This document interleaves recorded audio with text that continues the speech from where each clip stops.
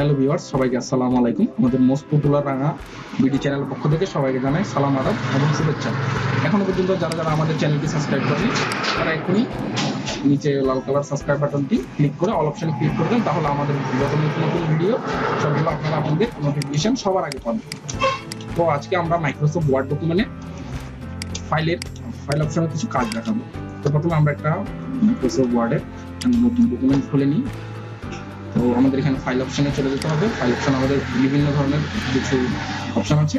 প্রথমে সেটা হচ্ছে নিউ বলতে আমরা কোনো একটা ব্ল্যাঙ্ক ডকুমেন্ট ওপেন করতে হলে আমরা নিউটা আমাদের প্রয়োজন। নিউ অপশনের কাজ আমরা দেখিয়েছি। ফাইলে গিয়ে ওপেন বলতে আমরা কোথাও যদি আমাদের ওয়ার্ড ফাইল কোনো ডকুমেন্ট থাকে, সেক্ষেত্রে আমরা কোথাও না সরে সেটা ওপেন করার জন্য আমরা কি করি, এই নিউ অপশনের কাজটা করে থাকি। চলে আসলো আমাদের আগে আমরা যে কাজটা কোনো নিউ অপশনে নতুন কোনো ডকুমেন্ট ওপেন করতে হলে নিউ অপশনের কাজটা করতে হয়। এরপরে ইনফোতে আমাদের এই যে একটা ডকুমেন্ট, আমাদের কিছু ইম্পর্টেন্ট ডকুমেন্ট থাকে যেগুলো আমরা কারোর সাথে শেয়ার করতে চাই না কিংবা এটা লক করে রাখতে চাই। সেক্ষেত্রে এই জিনিসটা খুব প্রয়োজন। ইনফোর মধ্যে প্রথমে যেটা আছে প্রোটেক্ট ডকুমেন্ট ক্লিক করে আমরা এখান থেকে কি করবো, এন্টার উইথ পাসওয়ার্ড। আমরা পাসওয়ার্ড সিলেক্ট করবো। যেমন আমি এখানে 2020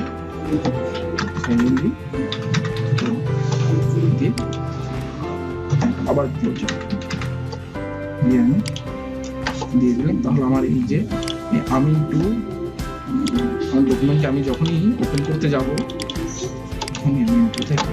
এই যে যখনই ওপেন করতে যাব আমাকে একটা পাসওয়ার্ড শো করছে, মানে এটা পাসওয়ার্ড না দিলে এটা খুলবে না। যখনই আমি পাসওয়ার্ডটা দেবো তখন আমার ডকুমেন্টটা ওপেন করবে। আবার আমি যদি চাই পাসওয়ার্ডটা দেবো না, তাহলে সেই ইনফোতে আবার কি এখানে ক্লিক করে প্রোটেক্ট ডকুমেন্টে গিয়ে পাসওয়ার্ডে ক্লিক করে এটা রিমুভ করে দেবো। তাহলে আমার এটা যখন আমি গিয়ে সেভ করে আবার বেরিয়ে যাব, তখন আমি যদি আবার এটাতে ক্লিক করি তাহলে আমাকে এটা পাসওয়ার্ড ছাড়াই এখানে এন্টার করতে দেবে।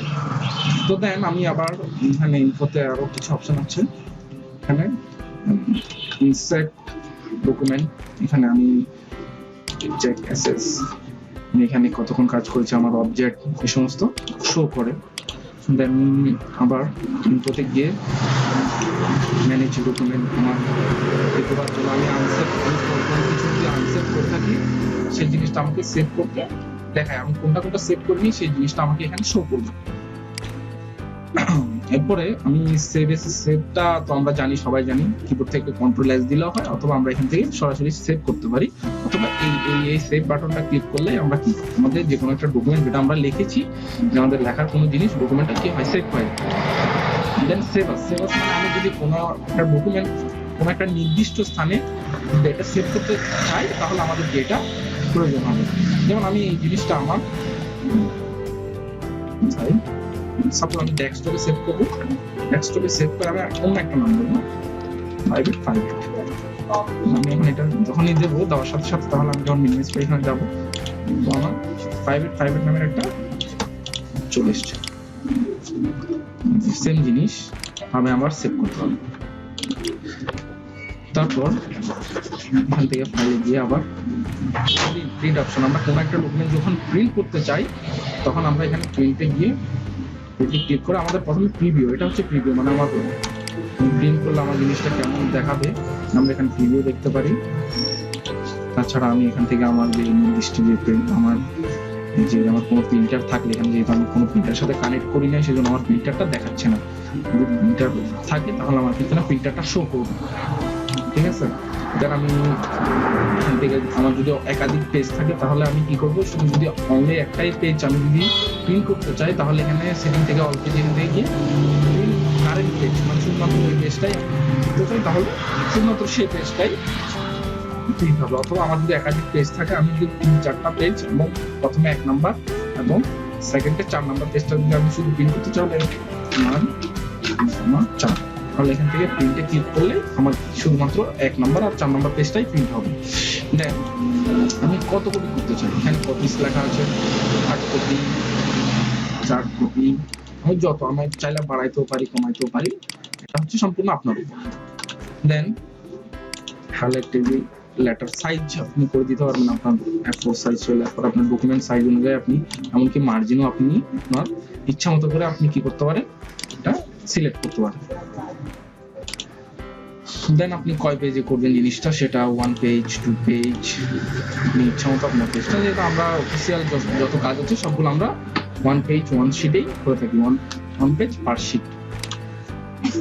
তারপরে শেয়ারে আমি এখন এটা কিসে শেয়ার করবো, আমি মেলে চাইলে মেলে দিতে পারি, আমি সেভ টু ক্লাউড না অনলাইন যেটা এটাকে এখানেও সেভ করতে পারি, প্রেজেন্টেশন অনলাইন এখানে আমি করতে পারি। এক্সপোর্ট বলতে আমরা যখন কোনো একটা ওয়ার্ড ডকুমেন্ট পিডিএফ করব তখন আমরা এখান থেকে এক্সপোর্টে গিয়ে এটা পিডিএফ যদি ক্রিয়েট পিডিএফ করি তাহলে আমি এটা কোথায় সেভ দেবো, আমি এখান থেকে গিয়ে আমার ডেস্কটপে সেভ করে দিতে পারি, অথবা এখান থেকে এখানে ডেস্কটপে ক্লিক করলেও হবে। আমি এটার নাম দেবো, আচ্ছা আমি পিডিএফ দিলেই হবে, পাবলিশড করে দেওয়ার সাথে সাথে বাস আমার একটা পিডিএফ হয়ে গেল।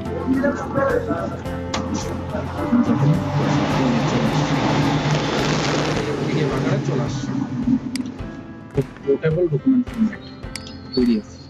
দেন এক্সপোর্ট আরেকটা হচ্ছে, সেটা হচ্ছে চেঞ্জ ফাইল টাইপ। এই ফাইলটা কিভাবে চেঞ্জ করতে চাই, এখানে ওয়ার্ড আছে, টেম্পোরারি, বিভিন্ন ধরনের ভাবে আমি এটা কি চেঞ্জ করতে পারি। দেন ক্লোজ মানে আমি এটা জাস্ট ক্লোজ করে দিতে এখান থেকে এখানে এটা এখান থেকে যে ক্লোজ অপশনটা আছে না, এটারই কাজ করা হচ্ছে এখানে ফাইলে গিয়ে ক্লোজ চেক করা অ্যাকাউন্টগুলো, এগুলো হচ্ছে সম্পূর্ণ অনলাইনের কাজ। আমরা যখন অনলাইনে কোনো কাজ করব এটা এখন অফলাইন, আমরা যেটা কাজ করি ওয়ার্ডের বেশিরভাগ কাজ হয় অনলাইনে, সরি অফলাইনে। অনলাইনেরও আমাদের কিছু কাজ আছে, অ্যাকাউন্ট, ফিডব্যাক, এগুলো হচ্ছে আপনার ফিডব্যাক হচ্ছে আপনি কাজটা করেছেন, আপনার ফিডব্যাকটা কেমন সেটা আপনি দিতে পারেন। দেন মাইক্রোসফট এটা আপনার অলওয়েজ আপনার নেট কানেকশন থাকতে হবে, থাকলে আপনি একটা লিখে দিলেন ভেরি গুড, লিখুন স্ক্রিনশট নিয়ে আপনি চাইলে আপনার ইমেল অ্যাড্রেসও আপনার ইমেল অ্যাড্রেসটাও অ্যাড করতে পারেন, থাকে অবশ্যই দিবেন, দিয়ে একটা সাবমিট করে দিবেন, ওরা অটোমেটিক আপনাকে থ্যাংক ইউ দিয়ে দিবে। আপনি এই ইউজটা কেমন করলেন ওটার উপর আপনার ডিপেন্ড করবে। তো আমাদের আপাতত ফাইল মেনুর কাজ এতটুকুই। ভিডিওটি কেমন লাগলো জানাবেন, কমেন্ট করে জানাবেন। যদি আমাদের ফাইল মেনু সম্পর্কে আর কোনো কিছু জানার থাকে অথবা আপনারা কিছু জেনে থাকেন সেটাও আমাদের কমেন্ট বক্সে জানাবেন। আবার বলছি, আমাদের ভিডিওটা যদি ভালো লাগে অবশ্যই একটা লাইক, কমেন্ট, একটা সাবস্ক্রাইব করুন। সকলকে ধন্যবাদ।